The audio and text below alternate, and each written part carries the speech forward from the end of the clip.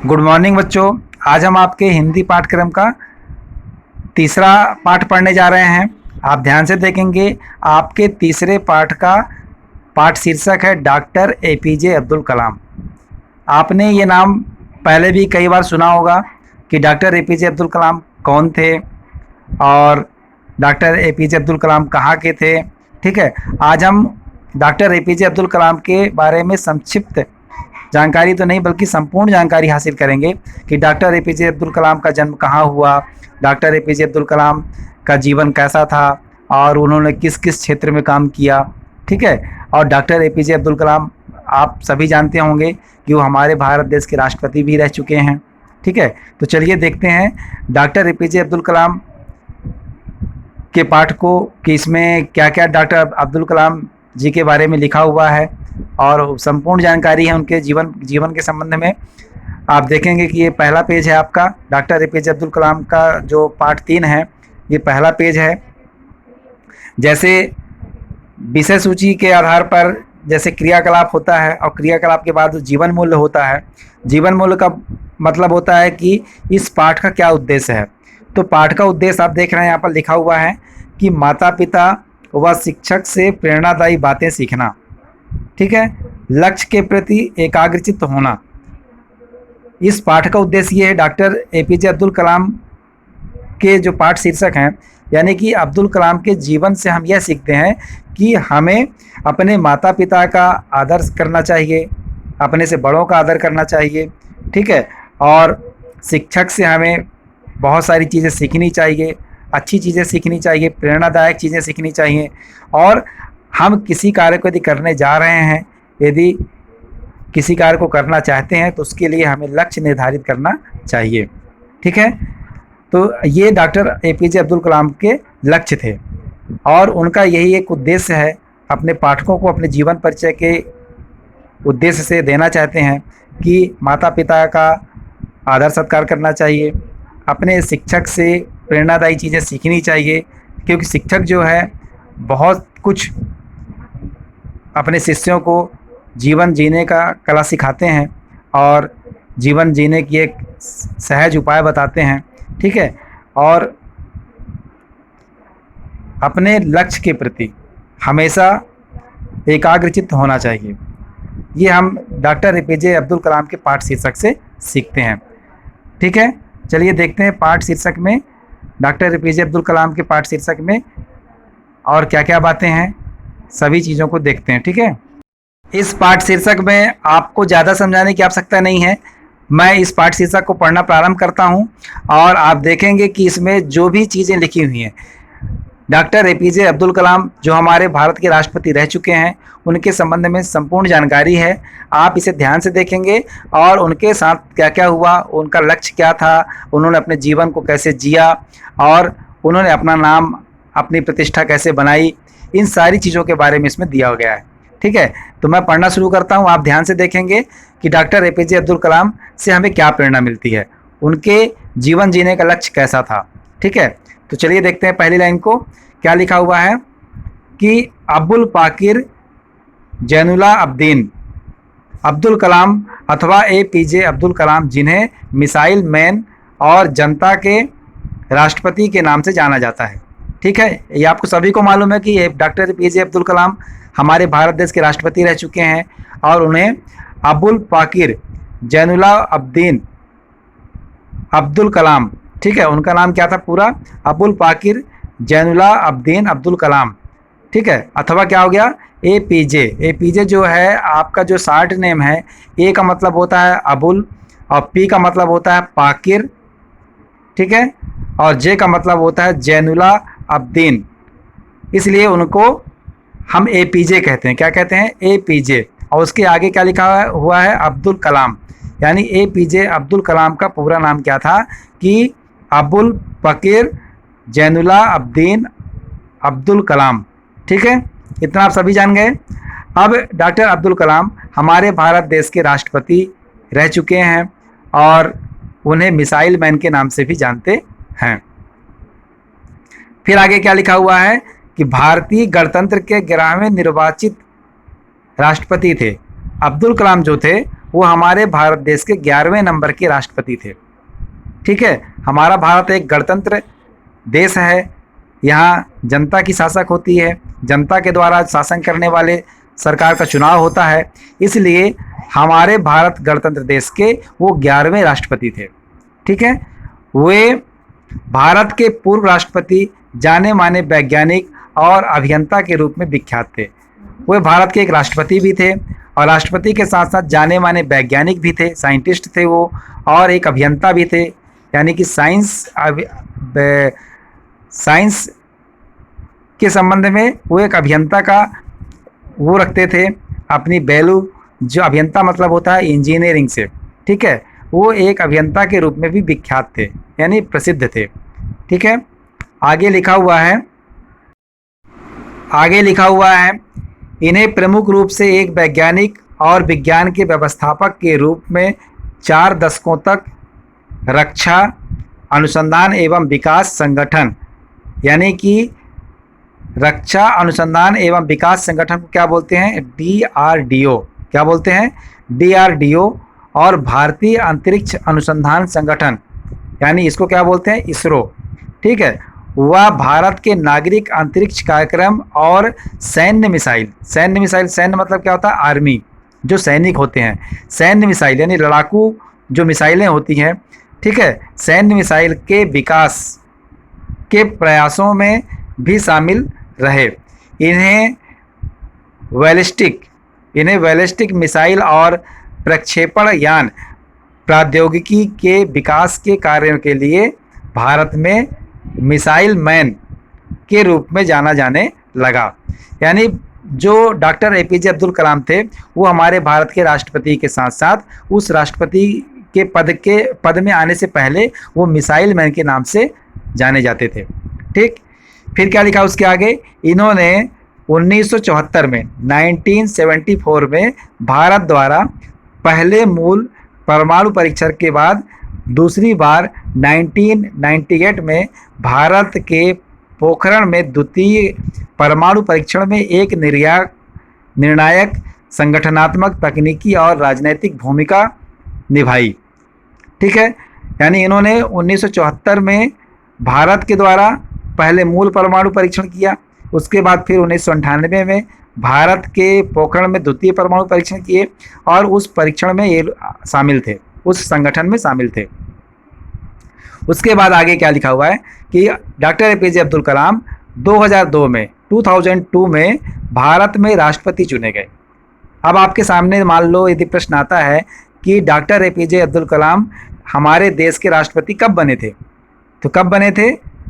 Doctor APJ Abdul Kalam हमारे भारत देश के राष्ट्रपति 2002 में, यानी कि 2002 में चुने गए थे। ठीक है, 5 वर्ष की अवधि की सेवा के बाद, क्योंकि राष्ट्रपति का जो सेवा काल होता है, राष्ट्रपति का जो पद होता है वह 5 साल के लिए होता है। उन्होंने 5 साल की अपनी सेवा काल राष्ट्रपति के रूप में किया। ठीक है, सेवा काल निभाया और 5 वर्ष की अवधि से सेवा के बाद वह शिक्षा, लेखन और सार्वजनिक सेवा के अपने नागरिक जीवन में लौट आए। राष्ट्रपति के बाद जब वो अपने पद से हट गए तो वो अपने सार्वजनिक जीवन में लौट आए। ठीक है, उन्होंने भारत रत्न, भारत के सर्वोच्च नागरिक सम्मान सहित कई प्रतिष्ठित पुरस्कार प्राप्त किए।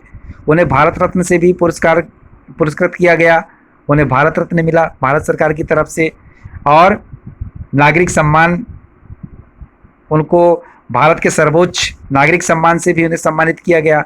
तो डॉक्टर APJ अब्दुल कलाम को भारत रत्न भी सम्मान दिया गया और प्रसिद्ध नागरिक के सम्मान दिया गया।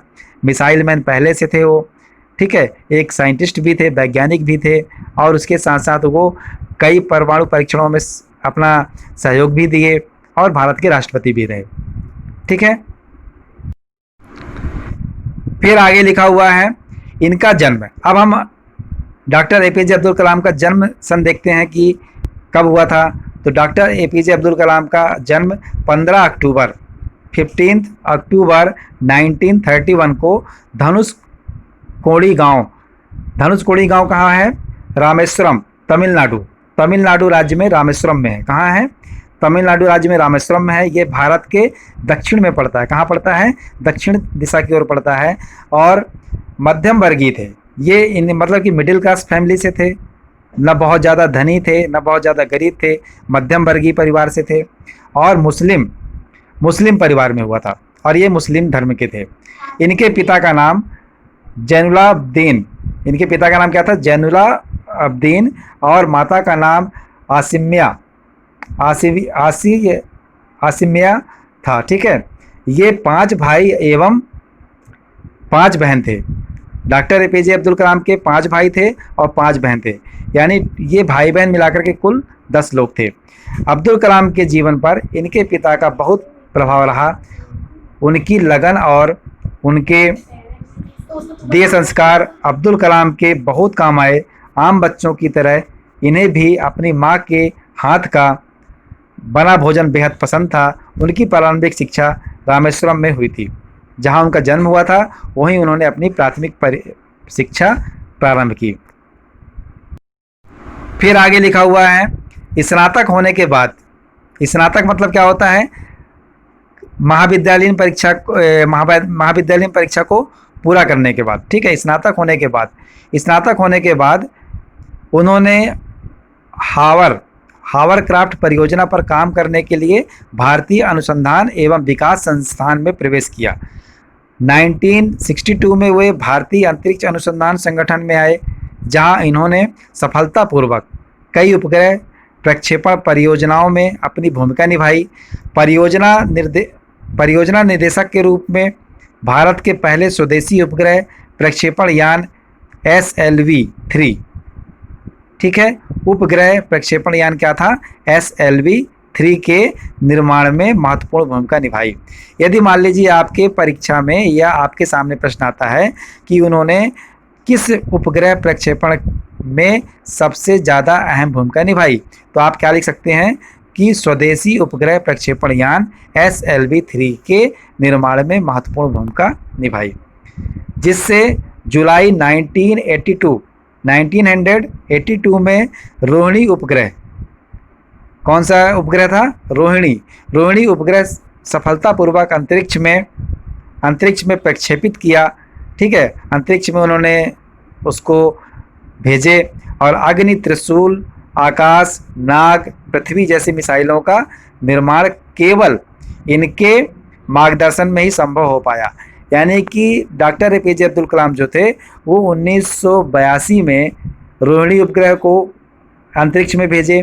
फिर उसके बाद उन्होंने अग्नि मिसाइल का, त्रिशूल मिसाइल का, आकाश मिसाइल का, नाग मिसाइल का, पृथ्वी जैसे अन्य मिसाइलों का नाम, मतलब कई मिसाइलों को उन्होंने अपने मार्गदर्शन में उन्हें निर्माण करवाया।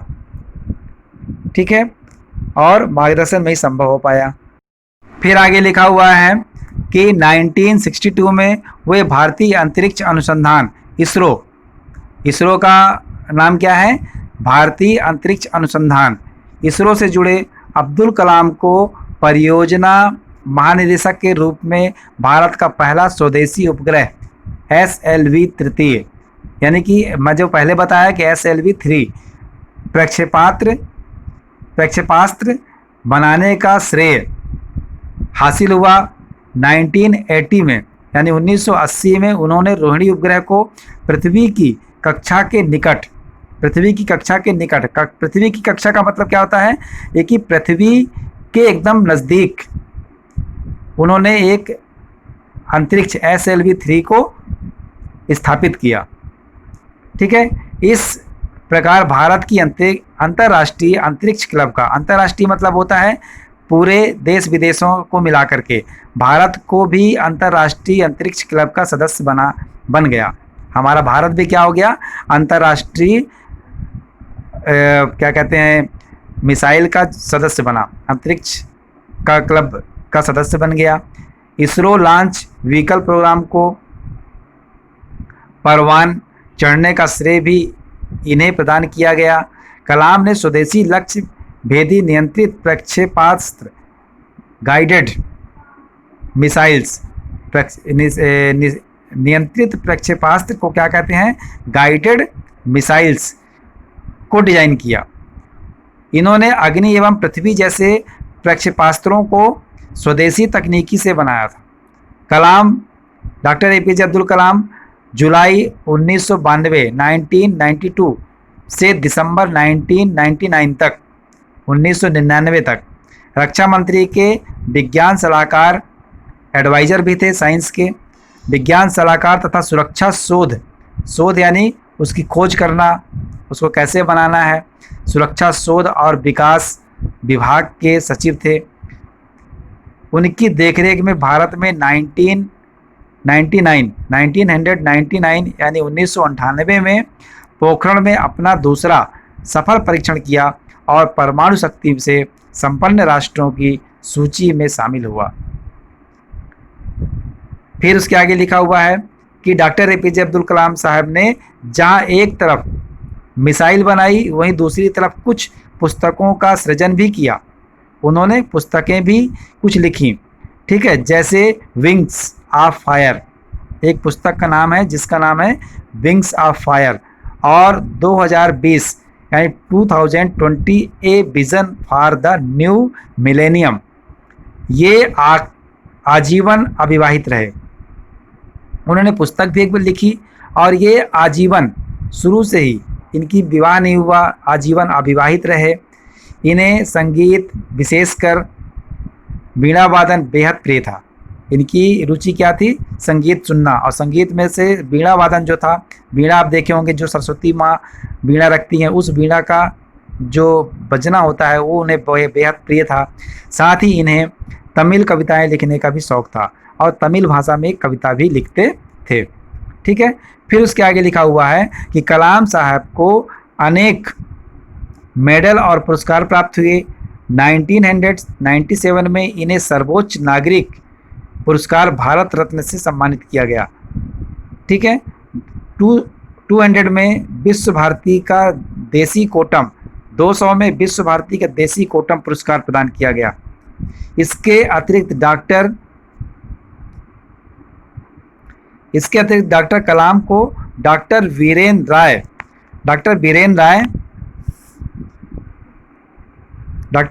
राय space award, Om Prakash Bhasin award, national Nehru award आदि पुरस्कार हो चुके, यानी आदि पुरस्कार से इन्हें सम्मानित किया गया। आज ये बहुत सारी पुरस्कार इन्हें मिले, ठीक है। एक बार फिर से देख लीजिएगा कि इन्हें क्या क्या पुरस्कार मिला।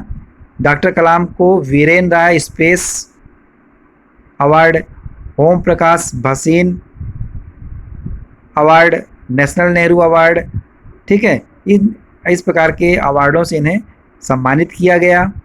इसके बाद फिर आगे लिखा हुआ है, आप देख रहे होंगे कि सम्मानित किया गया सन 1996 में एके फ्लोरिडा से इन्हें सम्मानित किया गया, और 27 जुलाई 2015 की शाम डॉक्टर अब्दुल कलाम भारतीय प्रबंधन संस्थान शिलांग में एक व्याख्यान दे रहे थे, तभी दिल का दौरा पड़ने के कारण इनका निधन हो गया। डॉक्टर कलाम आज भले ही हमारे बीच नहीं हैं, लेकिन इनके आदर्श सदैव ही देशवासियों को मार्गदर्शन करते रहेंगे। यानी कि डॉक्टर एपीजे अब्दुल कलाम जो हमारे भारत देश के राष्ट्रपति थे और एक मिसाइल मैन थे, और बहुत सारी मिसाइलों का सफल परीक्षण किया और बहुत सारी मिसाइलों का अंतर्राष्ट्रीय शोध में उन्होंने सदस्यता निभाई, और हमारे भारत को अंतर्राष्ट्रीय विज्ञान क्लब की सदस्यता दिलाई, और उसके साथ साथ उन्होंने बहुत सारे काम किए। मिसाइल के आधार पर बहुत सारी चीज़ें उन्हें बनाई और वो अनेक प्रकार के पुरस्कारों से सम्मानित भी उन्हें किया गया, और उन्होंने कविता भी लिखी, एक पुस्तक भी लिखी, और साथ में उन्हें वीणा वादन भी बहुत प्रिय था, ठीक है। डॉक्टर एपीजे अब्दुल कलाम का निधन कब हुआ? 27 जुलाई को। कब हुआ? 27 जुलाई को, यानी 27 जुलाई 2015 को, यानी 2015 को शाम में। कब हुआ? शाम को हुआ। और डॉक्टर अब्दुल कलाम भारतीय प्रबंधन संस्थान शिलांग में, और किस जगह पर हुआ? शिलांग में। ये क्या कर रहे थे शिलांग में उस समय जब इनका निधन हुआ? तो अब्दुल कलाम भारतीय प्रबंधन संस्थान शिलांग में एक व्याख्यान दे रहे थे, वो एक स्पीच पढ़ रहे थे, तभी उनका दिल का दौरा पड़ने के कारण उनका देहांत हो गया।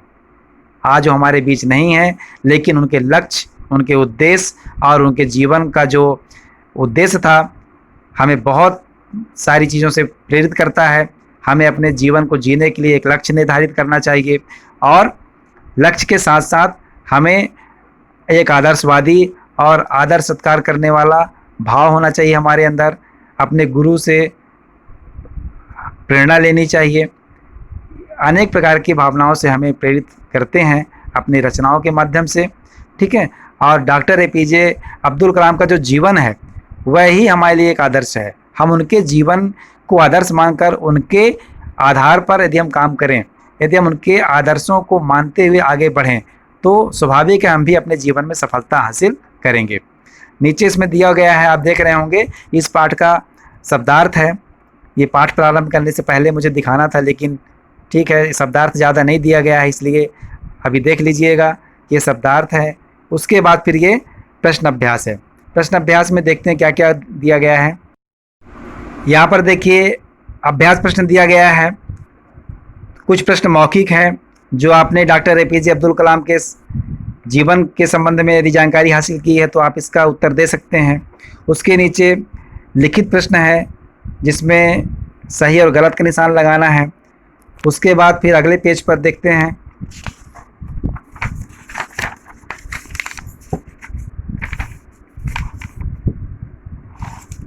अगले पेज पर दिया गया है आपका निम्नलिखित रिक्त स्थानों की पूर्ति कीजिए, और ऊपर ब्रैकेट पे यानी कोष्टक पे दिया गया है पोखरण, 11वें, तमिल, मिसाइल मैन। इन शब्दों को चुन करके और खाली स्थान को भरना है सही जगह पर। फिर प्रश्न नंबर 3 में प्रश्नों के उत्तर दीजिए, ठीक है। कुछ प्रश्न दिए गए हैं, इनके उत्तर लिखना है। उसके बाद प्रश्न नंबर 4 में सही उत्तर चुनकर सही का निशान लगाइए। ये जो ब्रैकेट बना हुआ है आपका देख रहे हैं, जैसे 1957 में उसके आगे ब्रैकेट बना हुआ है, 1997 में उसके आगे ब्रैकेट बना हुआ है, तो उस ब्रैकेट में जो है सही उत्तर चुन करके सही का निशान लगाना है। उसके बाद फिर नीचे भाषा की बात दिया गया है, व्याकरण में आ जाएंगे।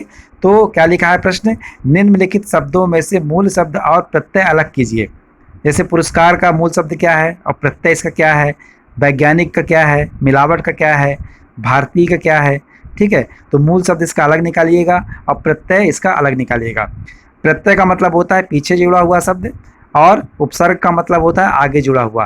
तो यहाँ पर प्रत्यय निकालना है आपको कि हमारे जो शब्द बने, जैसे वैज्ञानिक बना हुआ है, वैज्ञानिक का मूल शब्द क्या होगा और उसमें क्या प्रत्यय जुड़ा हुआ है। यदि आपने प्रत्यय उपसर्ग नहीं पढ़ा है और आपको निकालते नहीं बन रहा है तो आप हिंदी व्याकरण की पुस्तक उठाइए और उसमें उसकी परिभाषा देखिए, उसके उदाहरण देखिए, आपको समझ में आ जाएगा। फिर आगे चलते हैं। फिर यहाँ पर प्रश्न नंबर 2 फिर लिखा हुआ है निम्नलिखित शब्दों के 2-2 पर्यायवाची शब्द लिखिए। पर्यायवाची आप सभी जानते हैं, 2-2 पर्यायवाची लिखना है। फिर उसके बाद प्रश्न नंबर 3 में क्या लिखा हुआ है, निम्नलिखित शब्दों में उचित स्थान नुक्ता लगाकर लिखिए। तारीफ, इत्तेफाक, जरूरी और डिजाइन, ठीक।